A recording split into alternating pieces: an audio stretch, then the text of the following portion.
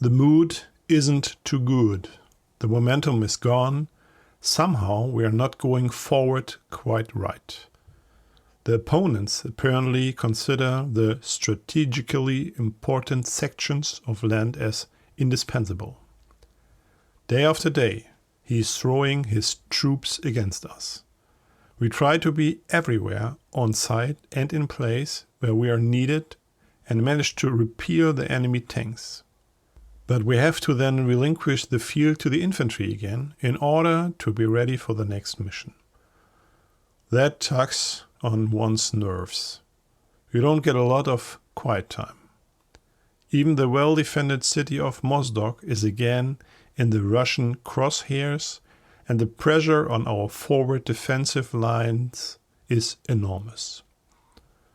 On the oversized situational map, the extent of our southeasterly pressing front line advance becomes apparent to us. The troops around General Paulus are forced to wage the battle for Stalingrad in full force. When Stalingrad is in German hands, we will be able to move on toward Baku and won't have to take care of our northern flank any longer. But the Russian still also has a voice in this. Nevertheless, I'm convinced we will still be able to deal the Russian the decisive blow now. And then it will finally go back home. Supplies have arrived. A young lieutenant from the assault guns will take over my tank. I'm supposed to relieve Fritz again and drive on as a tank gunner. The company commander explains his decision to me and assures me that he's got me on the list for a long-barreled Panzer IV. That would be something. But for now, switch seats and see what the young Lieutenant Kamrau can get done. He leaves a good impression. Already more than 50 missions with the assault guns he has under his belt. Also, several Russian tanks he's been able to eliminate. Well then, we will see. I get him oriented all day long. We get along with each other well. He's aware that I had led the tank prudently.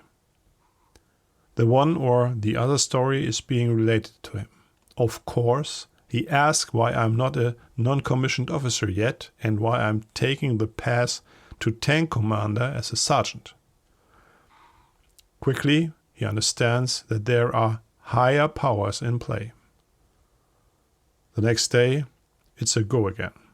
A town by the Lenin Canal called Alpotov is supposed to be taken. It's still situated along the south side of the Terek. Here, we're not moving forward very fast as the ground is quite sandy. Together with several Panzer IVs, we roll forward. I keep a lookout on the optic for enemies. Further it goes and we have to cross through a small anti-tank ditch. When we drive back up on the opposite side, we are being alerted over the radio about anti-tank rifles. Those should actually be easily visible in this terrain, unless they are dug in. With an uneasy feeling we drive on. Hermann gets us through small depressions. The lieutenant is quite confident that he may be able to prove in his first firefight what he is capable of. Still another 5 kilometers to the town, and the first artillery shelling is setting in. Off and through it, that was poor shooting by Ivan. We suffer no casualties. 3 more kilometers to the town. There, for the first time, a really loud bang. Turret hit, but it didn't penetrate. I turn the turret to the right and try to spot something. Nothing to see. Again there's a bang. So there have to be an anti-tank rifle in the vicinity. Those can go through if they hit just right. I turn back. Again a bang. I get flung forward and feel warm fluid running down my back. Dazed, I scramble back up and check whether I've been hit. Everything is still there, but I can't hear anything. I look at the commander. He is screaming like on a spit, but I don't hear a thing. I'm still deaf from the bang. Now I finally see what's going on. A projectile has penetrated the turret on the side and torn off half the leg of the lieutenant. Blood is everywhere. The main artery. Damn mess. Herman quickly clicks and drives into a small depression. Via radio, we report a hit in the injured.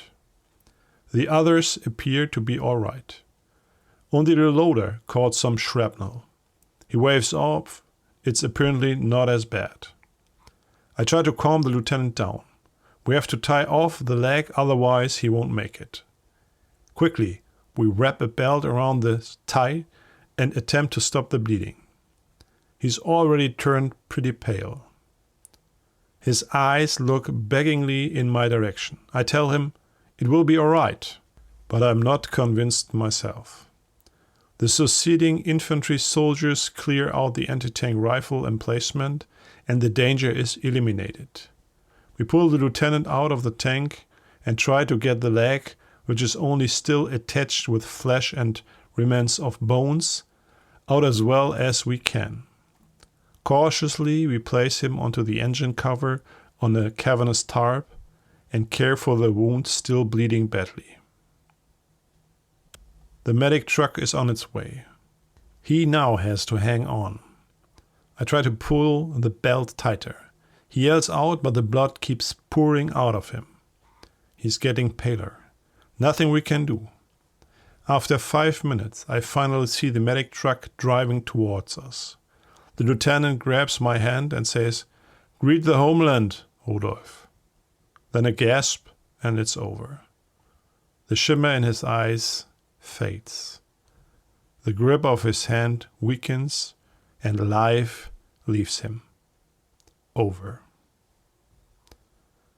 I'm kneeling in the blood of Lieutenant Kamwau and let his head down onto the cavernous tarp slowly. I still close his eyes. The medic comes rushing up. I wave off. It's too late. Nevertheless, he comes onto the tank and checks what we've done. We have tried, but it wasn't meant to be.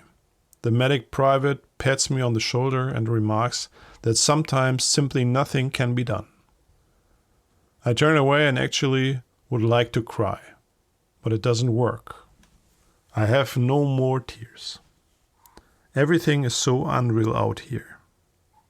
In the 1 second, one is concentrated and working hand in hand, and in the next moment, the relentless death is inside the tank and yanks yet another young life into the maelstrom of eternity. Such a high price that we are all paying. How much longer? The loader is cared for. Some steel shrapnel is removed from his arm. We also take a look at what was damaged on the tank. 2 hits on the turret which didn't go through. The last projectile, unfortunately, had hit the commander. A few minor damages in the interior are there as well, but nothing that would hinder the mission. A lot of blood is inside the fighting compartment. We still have to clean that up somehow. The report is relayed back to staff, and after not even an hour, Fritz is standing back by the tank. Thus the old crew is united again. We can still continue the fight. After 30 minutes we get going. The tank rolls on, and Herman maneuvers us into position behind our assault detachment. They are already fighting their way into the town. A few columns of smoke are rising up.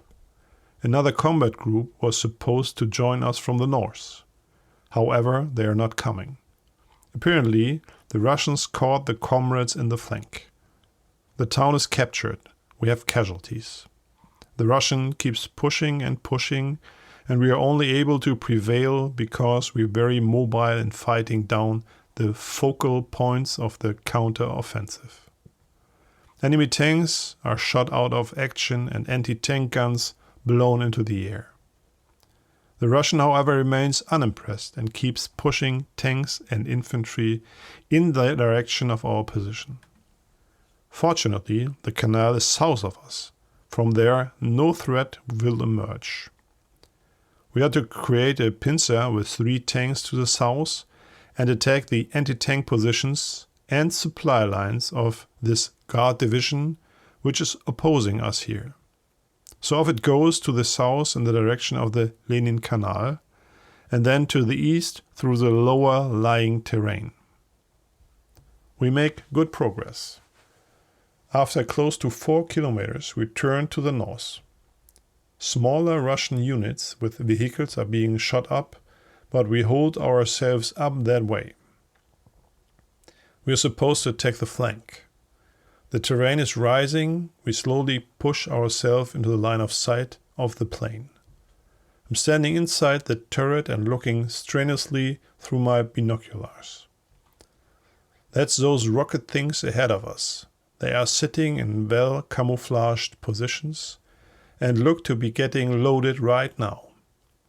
Therefore, forward ahead. The engines howl like the wind, we race ahead. 200 meters in front of the enemy congregation, the tank guns start barking, and death is reaping a rich harvest amongst the Russians. The rockets explode. A fiery spectacle shreds to pieces whatever is still alive there. That position is finished. We swing around further to the east and break through an anti-tank emplacement, which is apparently securing the rear area. High explosive shells are loaded. The Russians are caught completely off guard when in their rear German tanks are located once again. Prisoners we cannot take, therefore we are letting the Russians run. 4 anti-tank guns are destroyed. On it goes. Now we are closing the back and hope for the remaining assault units pushing through from the north. 3 more trucks are annihilated as we are driving by. Then we've managed to cut off the enemy unit. We take position near Hill 113 and have a view over the battlefield. The retreating Russian tanks are taken into sight. Again, I'm amazed at the long-barreled Panzer IV, how it's able to eliminate one T-34 after another.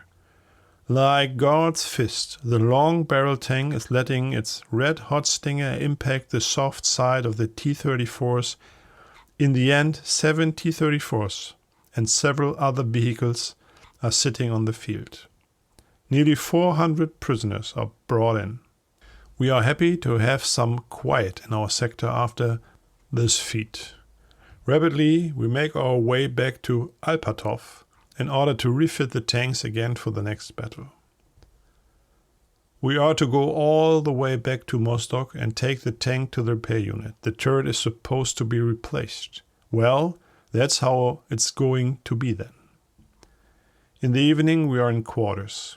I talk to the other tank gunners of our combat group about the past days. There's much talk about the long-barrel tanks, but also about the slowly ever-strengthening Russian forces in front of us. We still have to get to Baku. Then Ivan will be finished. We certainly should be able to make it, but here too several comrades will be lost along the way.